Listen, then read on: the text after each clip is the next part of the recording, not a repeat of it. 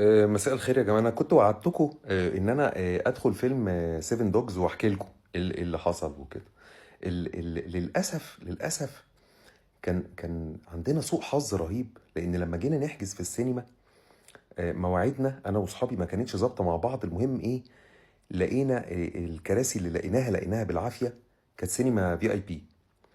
فاللي اتحجز الصف الأول، كرسيين في الصف الأول والصف التاني.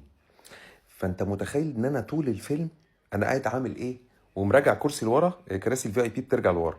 فانا قاعد بتفرج على الفيلم كده، يعني بجد فعلا من الوضع ايه، نائما، عشان اعرف اجيب الشاشه، مع ان الشاشه كبيره، لدرجه ان انا عينيا ما كانتش بتلحق يعني بتفرج على جزء هنا فيفوتني الجزء التاني في الشاشه. انا مش شايفه يعني.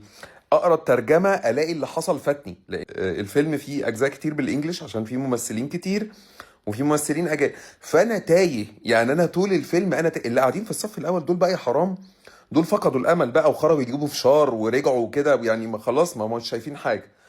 وبعدين وصلنا لنهايه الفيلم، فانا ما فهمتش النهايه. ف يعني ما اعرفش ده ايه، يعني قلت بقى ايه غباء مني، انا مش فاهم قفله الفيلم على ايه. وبعدين قلت بقى لما اخرج اسال العيال كلنا قاعدين في نفس الصف اللي هو الصف التاني.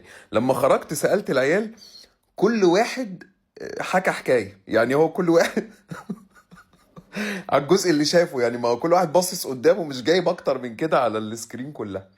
وفي ناس خارجه تعد بقى السيفن دوجز اصلا هم مين، ووصلوا بقى المراحل انا ما وصلتلهاش. يعني انا خلاص انا هعمل ايه، انا قاعد هعمل ايه. خلي بالكم الفيلم عليه جدل، يعني في ناس عاجبها وفي ناس الفيلم ما عجبهاش. و... وبعدين احنا كان معانا ناس في السينما مسخسخين ضحك، مع ان هو الفيلم كوميديته مش كتير. كريم عبد العزيز قايم بالجزء ده اكتر، بس كوميديته مش كتير، بس كان في ناس بتضحك يعني الدنيا في لقطة مصورين بكاميرا 360، واللقطة دي سريعة، اكشن سريعة قوي. انا كان هيغمى عليا والله العظيم، ما انا قاعد قريب والشاشه كلها هو الفيلم اكشن قوي يعني. فيلم اكشن والتصوير سريع بتتحرك كده كده، وانا قاعد قريب حاسس ان أنا في ثانيه هيغمى عليا. فانا تقريبا ما شفتش الفيلم. اللي شفته من الفيلم طبعا اديله 7 8 من 10. وان شاء الله خلاص انا مش هدخله سينما تاني. ان شاء الله لما ينزل بقى على شاهد، اكيد هينزل على شاهد، اتفرج عليه بقى بالراحه وعلى مهلنا كده. وكانوا بقى في ناس صحابنا قالوا بقى ايه، لا كنا نخش اي ماكس احسن. بس هو عموما انت لو دخلت سيفن دوجز ما تقعدش في الاول، لدرجه ان انا والله العظيم قلت طب لما الفيلم يشتغل اقوم اقعد ورا، يمكن يبقى في كراسي فاضي. بسم الله ما شاء الله، ما فيش كرسي كان فاضي. ما في، طب اقعد على السلم واعمل ايه مش عارف. بس ان شاء الله هستناه لما ينزل في السينما. شكرا، سلام عليكم.